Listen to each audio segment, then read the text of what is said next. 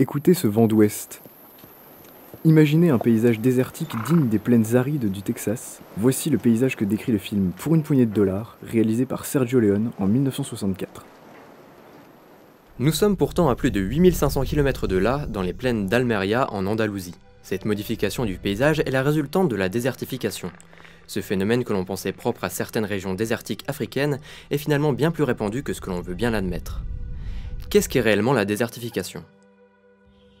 La désertification résulte de l'appauvrissement des sols dû à une activité humaine ou à un changement climatique.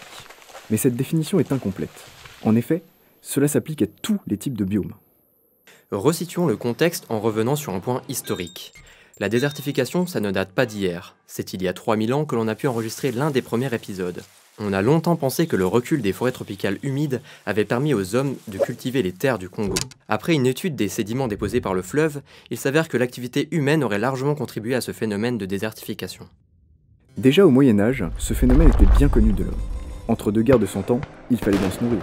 Et c'est là que les scientifiques, ou plutôt les druides, commencèrent à étudier les sols. Ces derniers remarquent que les terres produisent mieux lorsqu'on leur laisse le temps de se reposer. Ainsi se mettent en place des périodes de jachère, le but étant de ne pas cultiver une terre pendant 6 mois à 1 an, favorisant ainsi la reconstitution et la fertilité des sols.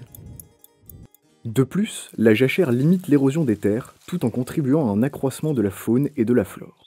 Mais cela ne concerne pas uniquement les milieux terrestres, parlons également des forêts marines. Ces herbiers maritimes sont capables d'absorber 35 fois plus de carbone qu'une parcelle de forêt tropicale classique de même surface. Ces forêts vivant dans les eaux peu profondes peuvent énormément réduire l'impact du réchauffement climatique. Malheureusement, la plupart des forêts marines ont disparu, et avec elles l'espoir d'une amélioration notable de la situation. La faune de ces territoires marins est donc fortement menacée. L'un des exemples les plus probants est que le CO2 a contribué au blanchissement de plus de 1000 km² de coraux depuis 2010. Aujourd'hui, la moitié des coraux résidant en eau peu profonde sont morts. Parfois, des êtres vivants ont contribué à la destruction des terres marines. La plupart des prédateurs naturels des oursins, tels que les loutres et les labres, ont vu leur population fortement diminuer à cause de l'homme. En l'absence de ces prédateurs, les oursins ont pu proliférer, atteignant une population de 100 individus par mètre carré dans certaines zones. Ces oursins se sont donc nourris et ont rasé 95% des forêts de kelp, une espèce d'algue géante. Même si l'on peut rejeter la faute sur les oursins, c'est bien l'homme qui est à l'origine de la mise en péril de cet écosystème.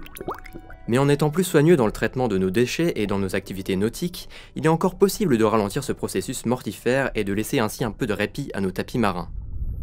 En Afrique, c'est une course contre la montre qui a été lancée par sa population. Il y a 30 ans est né l'un des plus grands chantiers que l'homme ait connu, la Grande Muraille Verte.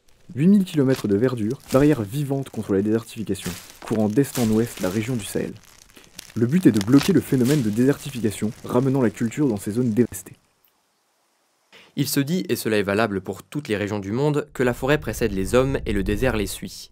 Prenons soin de nos forêts marines ou terrestres, car c'est la seule barrière que nous ayons pour lutter contre les perversions humaines. Les forêts sont extrêmement résilientes, et il n'est pas trop tard pour que nous, les hommes, adoptions un comportement plus en adéquation avec cette nature, fondé sur un modèle d'exploitation plus raisonné, favorisant une régénération naturelle et assurant pour les générations futures une forêt vivante, riche et vigoureuse.